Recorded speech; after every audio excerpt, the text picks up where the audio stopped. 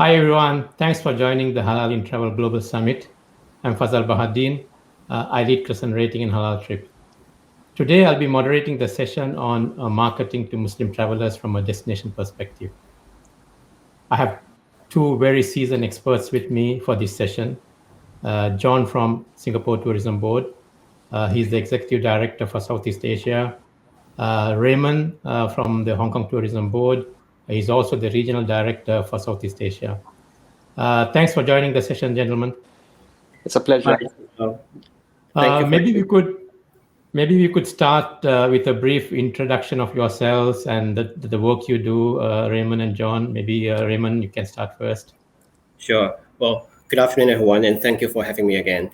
So I'm Raymond. I'm the Regional Director for Hong Kong Tourism Board here in Singapore.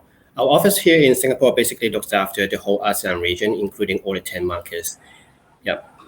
Thanks, John. Thanks, Raymond. John. Hi, I'm John Consencio. I've been with the Singapore Tourism Board for 18 years, covering several regions, Europe, Australia, Oceania, and currently I'm the Regional Director for Southeast Asia. I look after the major 6 markets where we have representative offices. Thanks, John. So our focus today is going to be really on destination marketing, So, of course, we all know we have had very tough times during the last 15 months. So my first question is, as Hong Kong and as Singapore, how have you been going about marketing during destination marketing during the pandemic? And also, I think, importantly, as we are beginning to see some light at the end of the tunnel, hopefully, I hope we will reopen travel maybe by the end of this year or maybe at least early next year. Now, how do you see destination marketing evolving to face the changes sort of brought about by the pandemic? So I think that's a loaded question, right. I know, but maybe you can take some time, Sure. how you go about doing it from STB's point of view and HKTB's point of view. John, You would like to have a go first? Sure. So I think I can see it in 2 phases. So the first phase is what we call the now phase, right? Mm-hmm. Where from 2020 to 2021, we have been doing some form of destination marketing. But we have been doing passive marketing because there's no use doing any tactical marketing because people can't travel, right? So we focus a lot on passive marketing, waiting to welcome people. We talked about this, see you soon, but the soon never came, right? The pandemic kept on extending 2020 to 2021. So we are still in that phase where we continue to do passive marketing. There was a lot of work that was done in terms of videos and all, right? Getting people to recollect their past visits to Singapore, post videos, post pictures. We did a Pan Southeast Asia program for that. The other thing that we had to focus a lot on is on empathy marketing. Right. We did a very good video with the Philippine market, right, to pay tribute to Filipinos who are working in Singapore, helping us to manage the pandemic situation. This whole approach that we are in it together and we'll get through together, not really destination focus, but some kind of empathy between 2 markets. The other thing that we had to focus quite a lot on is the pandemic situation, right? Giving people updates, right, as to what's happening in Singapore with regard to the pandemic. So telling them, right, there are a lot of protocols that are in place, and these are protocols which are important. The country is clean. And I think both Hong Kong and Singapore, right, the advantage that we have for ourselves is that I think people know that we can and we have managed the pandemic quite well. We have all the protocols in place. It's just that, telling them that moving forward, right, when you can travel, right, it won't be travel as we could in the past, that kind of the amount of freedom.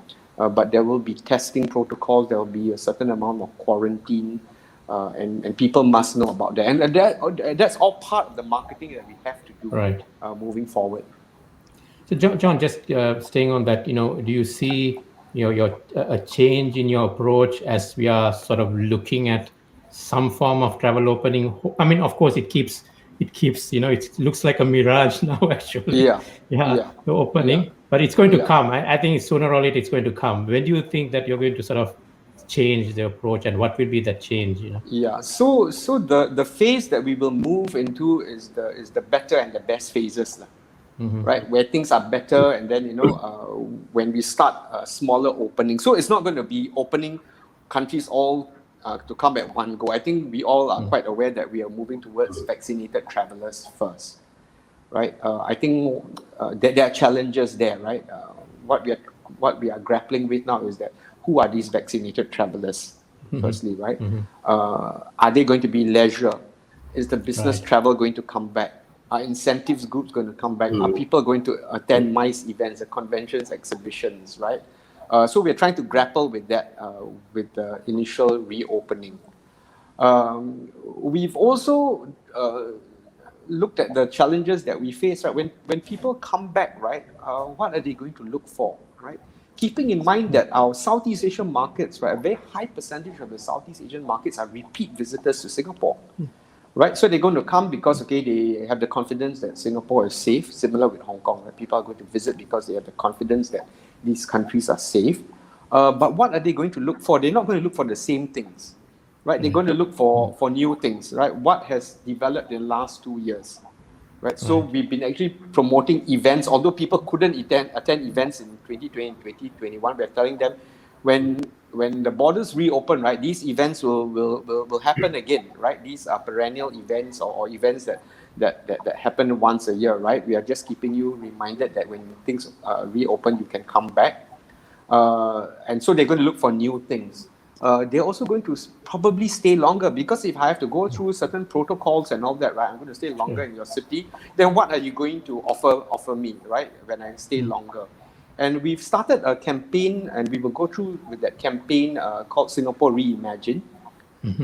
When people come back to Singapore, they're not going to just go into the city center, right? They are going to start going into the outskirts, right? There's a lot in terms of nature that we are promoting, because you are going to spend a longer time in Singapore, right? You're going to look for things that are outside the tourism areas, right? You're going to try and go into the heartlands, right, to see what the locals are offering.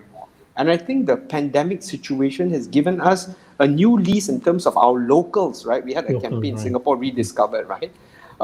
And they've been rediscovering Singapore, and they've been going to places in Singapore which they've never been to, right? And they're posting all this, and we're taking this user-generated content and pushing out into the markets to tell people, hey, there's a lot more to Singapore that you can explore now that you're coming back and now that you're going to stay longer in Singapore. Thanks, John. Thanks. Raymond, your thoughts? Yeah, well, I totally agree with John because I think Hong Kong and Singapore basically share a lot of similarities. But anyway, apparently this pandemic has changed how the world is functioning across all different industries or sectors in the past 18 months. And as we all know, tourism is one of the industries that has suffered the biggest hit. Therefore, I think we have to be very adaptive and agile to cater to all these volatile situations. Particularly, our audience is all coming from different parts of the world. And as we all know, some of the specific markets or some countries, they might have recorded a pretty low number of COVID-19 cases in the past few months, but all of a sudden there might be new surge and become a new wave. And that's why we have to be very flexible to anticipate for all these unpredictable challenges. And as National Tourism Organization, I think it's really important for us to maintain the destination awareness even during the pandemic. So our efforts are focusing on innovating our marketing campaigns, as well as to further engaging the communities according to the needs from different markets. And I think similar to Singapore, Hong Kong does not have a domestic city, but at the same time, we are still boosting domestic tourism in order to support the local travel trade in Hong Kong. And last point, I think last but not least, is maintaining a high standard of hygiene and safety measure is definitely remains our top priority for now. Raymond, as I just asked John, what's your sort of next phase of marketing? I know it's tough times, it's right. Why are you talking about next phase when we are struggling now? But at the end of the day, we have to plan, So what are sort of HKTB's plans in terms of the next phase of marketing? Well, as John has mentioned, because I think in the past 18 months we have done a lot of engagement activities in the Southeast Asia region, because we want to keep our travelers being engaged And all these activities are considered as passive marketing activities, as what John mentioned, because there's really no reasons for us to do anything tactical. And I won't say we have, when is there another phase, because the timeline is really based on the situation in the different markets. And also, I also agree that we all have to face the reality that we won't open the border to all markets in one go. So definitely, even within Southeast Asia region, I don't see that there's any chance for us to open up to like at least like 4 or 5 markets at the same time.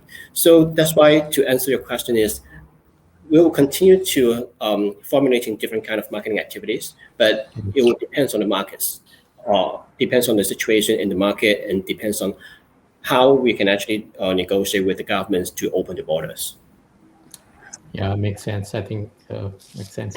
Let me slightly shift a little bit on Muslim market. I think both of you are actually in charge of Malaysia and Indonesia, which actually, based on 2019 figures, of course, they represent almost 10% of the global Muslim outbound market. Actually, Right. they're big markets, growing markets, especially Indonesia. Of course, they are struggling now, but sooner or later they'll come back. So I know both Hong Kong and in particular STB has been doing a lot of work to sort of position Singapore as a Muslim-friendly destination.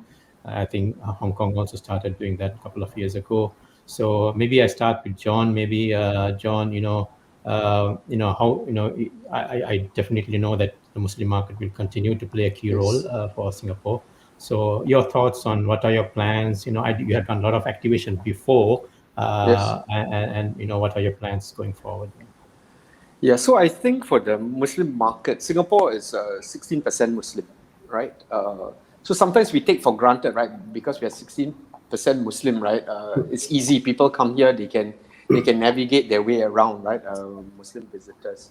But we realize it's not that simple because for Muslim majority markets, right, like Indonesia and Malaysia, right, it's very easy. Almost everywhere you can find Muslim food. But in Singapore, it's not the case, right? So we need to give them a bit more a direction. About 20% of our international visitor arrivals is Muslim, right? So about 8 out of 18 million, 20% are Muslim visitors. And that's quite high.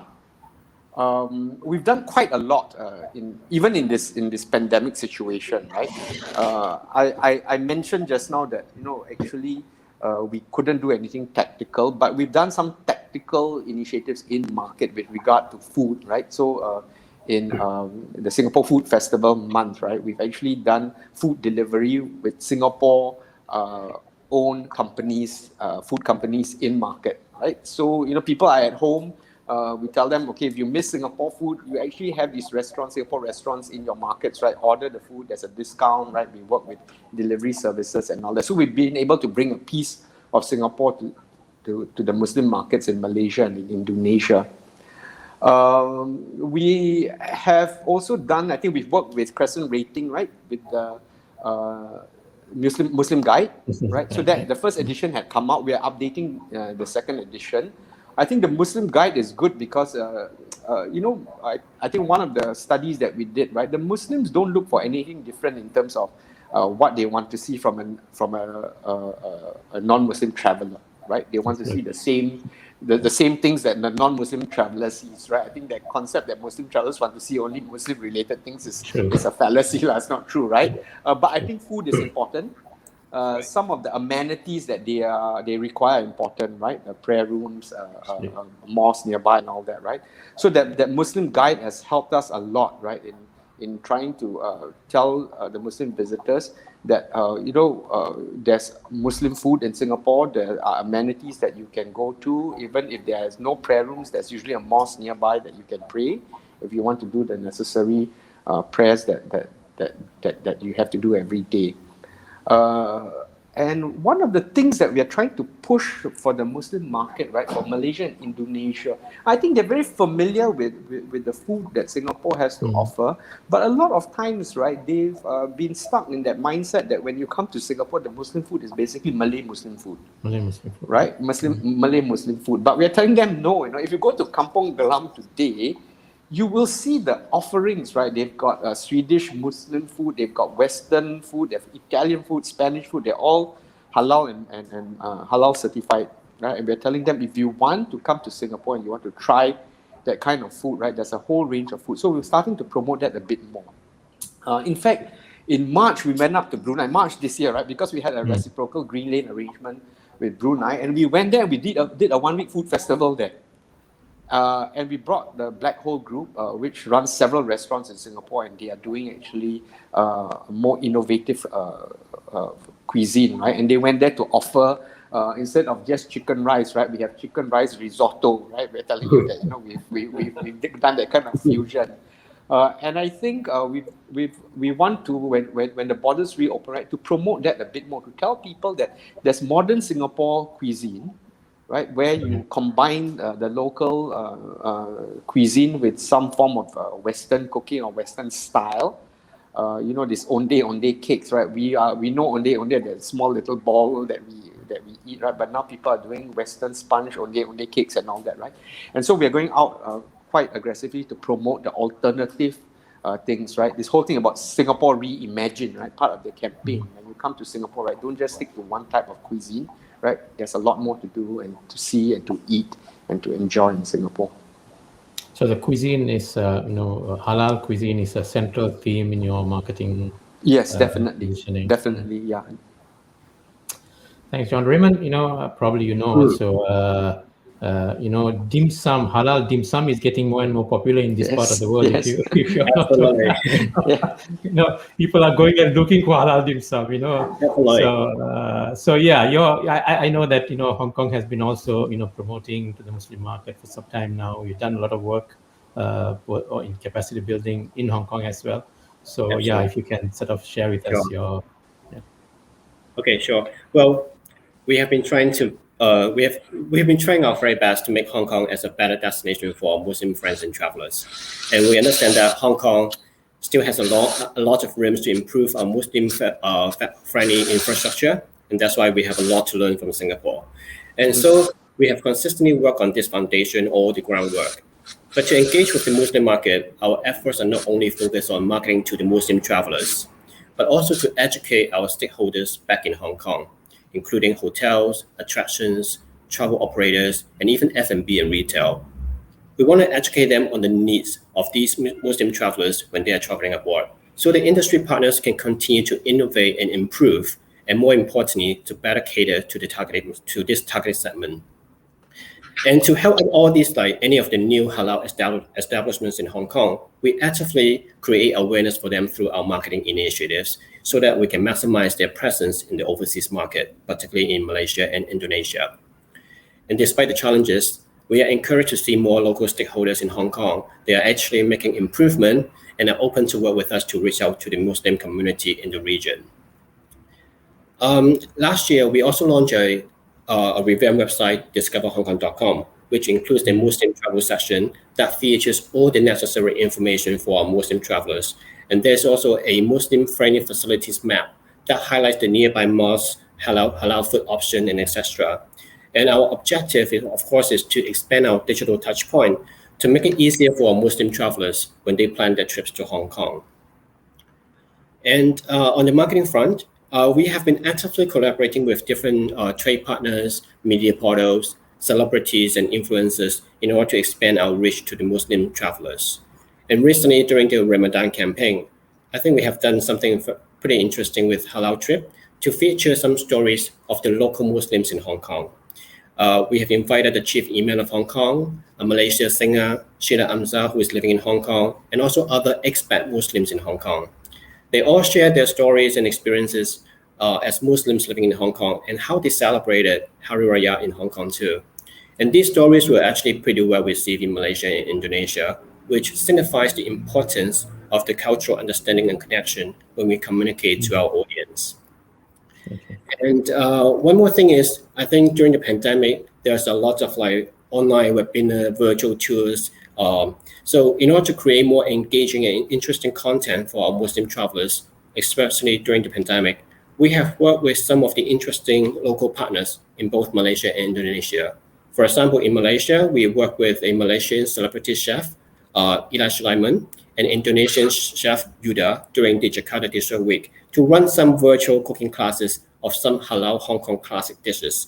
and even the local dishes like egg tart, milk tea, etc., so that our Muslim travelers will remain engaged with Hong Kong.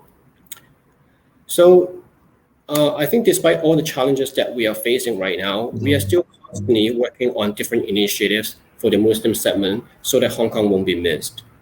Yeah, thanks, John and Raymond. Of course, we also focus a lot on the Muslim market, so we have visibility of many destinations, what they do, and we see not many destinations have put the same level of efforts like STB or HKTB, and I have to mention, like, Taiwan has put a lot of effort as well Right. in terms of positioning for the Muslim market. So there are few destinations actually who have continued to put effort, and I'm sure it will bear fruit when travel reopens.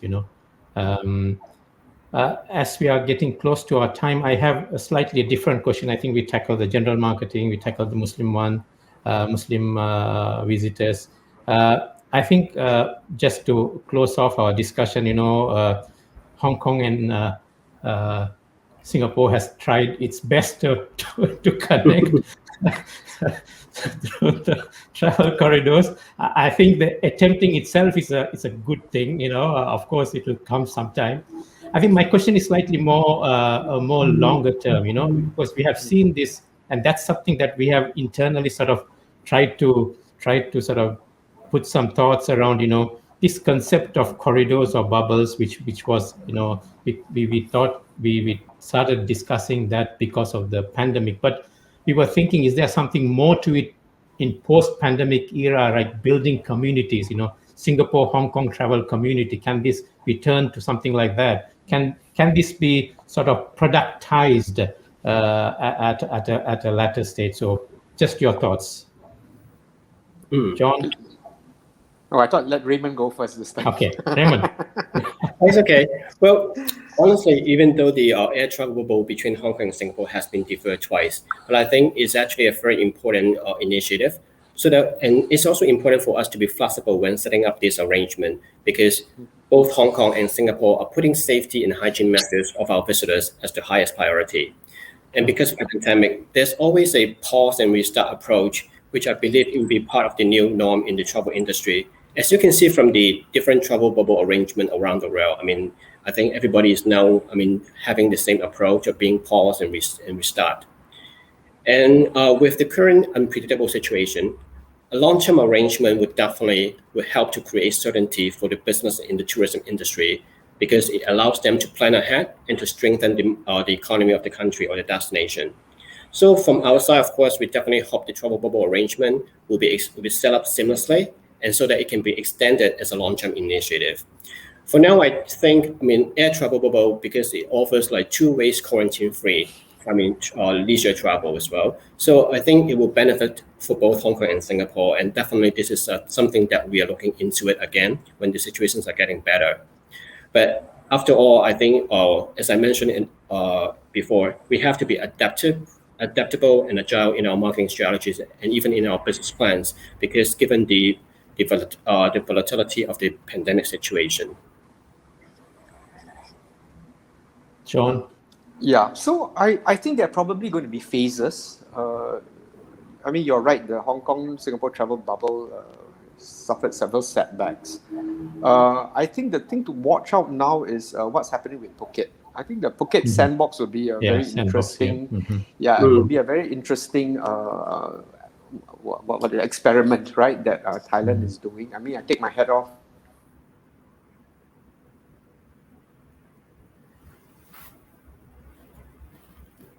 We lost John. To them, the people are going to. Sorry, am I back on? Yeah, you're back now. Yeah, we're talking sorry. about sandbox. I'll just repeat that. Yeah. So I think the Phuket sandbox is something that we should be watching, because it's a good experiment.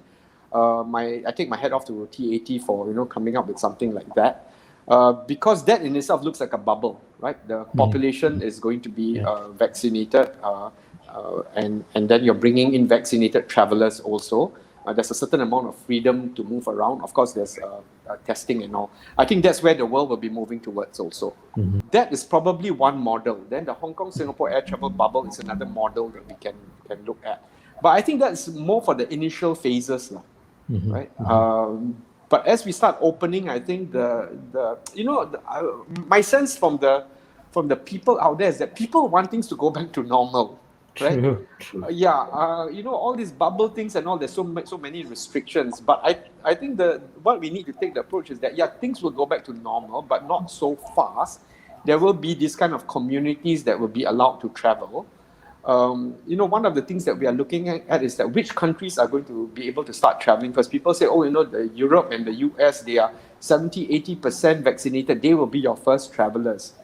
But my point is that in Southeast Asia, right, okay, the vaccination rates are not very high. It will take some time to go up.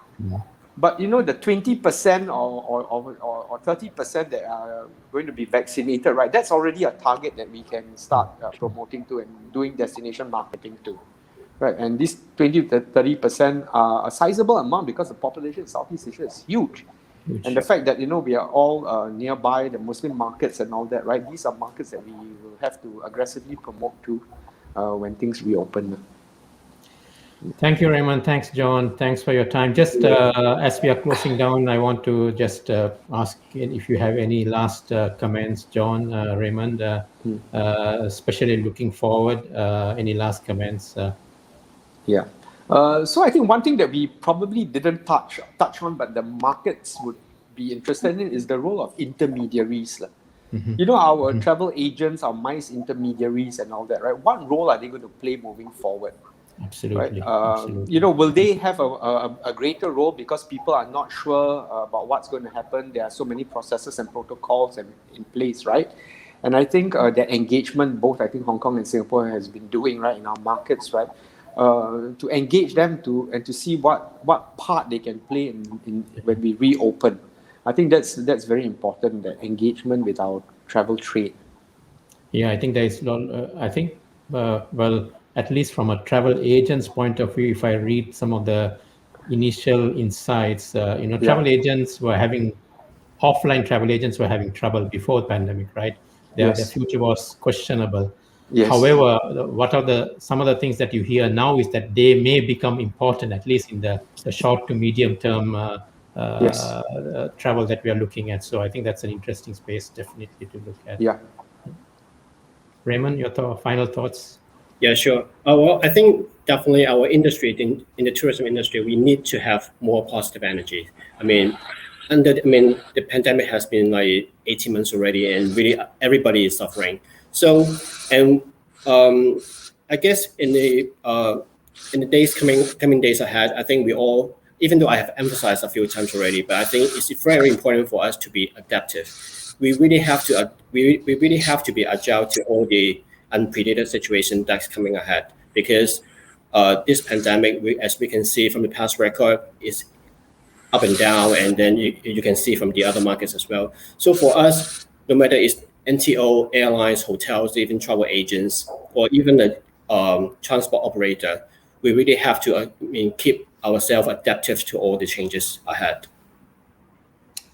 Thanks, John. Thanks, Raymond. Thanks for sharing your thoughts. I think very, very interesting. And thanks for all those who have joined to watch this session today at the Halal in Travel Global Summit. Have a good day. Thank you. Thank you. Thank you. Thank you, Fazal.